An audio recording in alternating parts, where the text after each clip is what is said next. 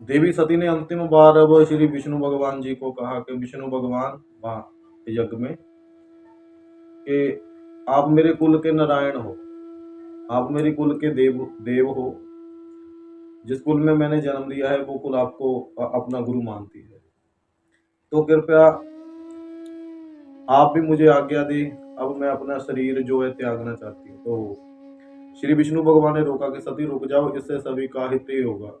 तो देवी सती बोली कि अब अहित और क्या होगा इस शरीर के साथ, कि मैंने अपने पति की बात नहीं मानी, उन्होंने मुझे पहले ही बोल दिया था कि यज्ञ में जाने से सती तुम्हारा हित ही होगा।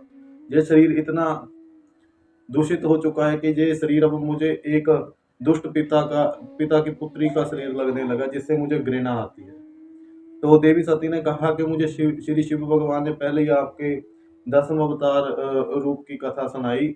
जब आप आगे जाकर श्री राम जी के रूप में जन्म लोगे और देवी लक्ष्मी आपके साथ देवी सीता का रूप धारण करेगी, तो आप तो भगवान ऐसे संपूर्ण जगत लीला रच दोगे, लेकिन श्री शिव भगवान के साथ कौन होगा?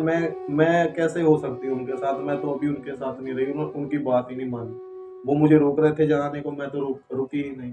तो ऐसे ही अगर मैं शिव के काबिल नहीं हूँ, मुझे शिव के काबिल होने के लिए मुझे ये हंकारी देह का त्याग करना पड़ेगा, जो कि मुझे लगता है कि ये एक दुष्ट पिता की पुत्री की देह है, इस पुत्री का शरीर है।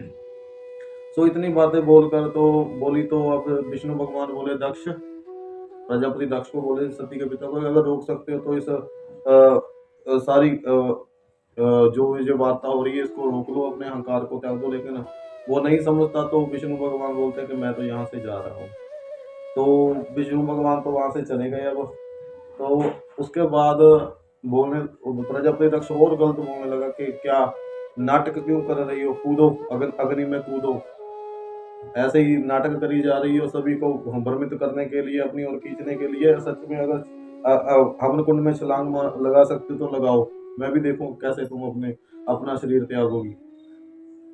तो सती बड़े अब और रूप से देखने लगी कि अब इसने मुझे रोकना तो क्या है, ये तो मुझे और उत्साहित करने लगा। और सारे जितने भी देवी देवते जहाँ वहां पर प्रस्तुत थे, देवी सती की माँ थी, वो भी सारे कहने लगी कि स्वामी जी आप क्या कर रहे हो, आपको रोकना चाहिए, आप और उत्साहित कर रहे हो उसको अपना शरीर त्यागने के लिए। तो प्रजापति दक्ष ने आखिरी बार फिर गलत बोला। तो बात यह है कि हमारा अहंकार इतना भी कोई ज्यादा बड़ा नहीं होना चाहिए कि अपना अंत ही करवा दे।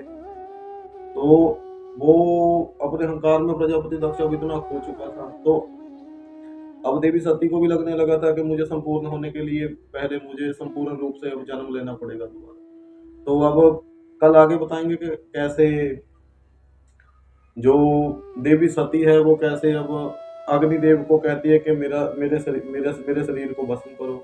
तो अग्निदेव क्यों ना कर देते हैं, बोलते हैं कि मेरे में क्षमता नहीं है कि मैं आपका शरीर जला सकूं, कृपया मुझे माफ करो। तो देवी सती ने कौन सी अग्नि से कैसे अपने आप को भस्म किया, वो हम कल आगे बताएंगे। बहुत ही दुखांत ये कथा का सार है कि देवी सती की जब मृत्यु हुई, तो उसके बाद भी प्रजापति दक्ष कुछ टाइम अहंकार में रहा, तो सभी उसे छोड़कर चले जाते हैं। तो उसके बाद कैसे वीरभद्र जो शिव जी महाराज जी की जो महादेव जी की जटा से जन्म लेता है, तो वीरभद्र अवतार की कथा शुरू होगी, जो प्रजापति दक्ष का आकर गला काट देता है।